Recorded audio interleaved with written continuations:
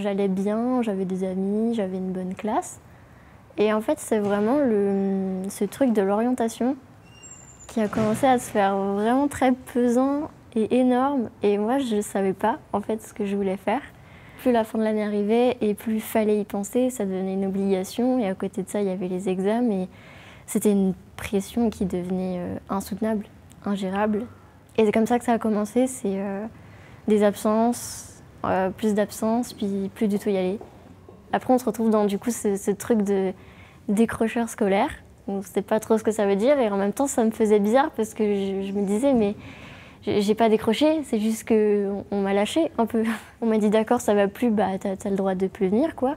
Mais on m'a pas dit à un moment donné, bah viens, on essaie d'en parler, on essaie de voir ce que t'as, on va essayer de trouver une alternative, quoi. Et c'est dommage. Quand on nous parle du LNC, c'est un fonctionnement tellement différent, mais tellement plus logique aussi, en soi. Et j'ai dit, voilà, moi je veux passer mon bac, mais je sais pas ce que je veux faire plus tard. On m'a dit, bah d'accord. Et les premiers jours arrivent et ça marche en fait.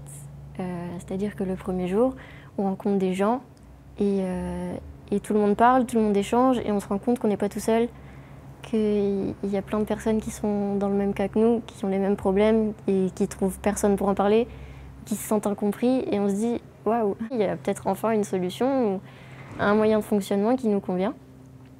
Les intervenants, ils avaient tous leur manière d'enseigner, mais ce qu'ils avaient tous en commun, c'était leur bienveillance, vraiment, leur non-jugement envers nous et ils s'adaptaient au rythme de chacun.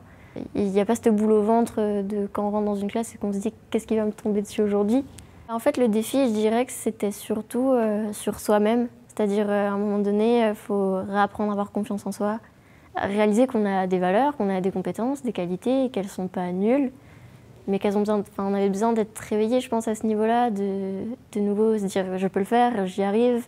Dans cette classe, tout le monde apportait quelque chose.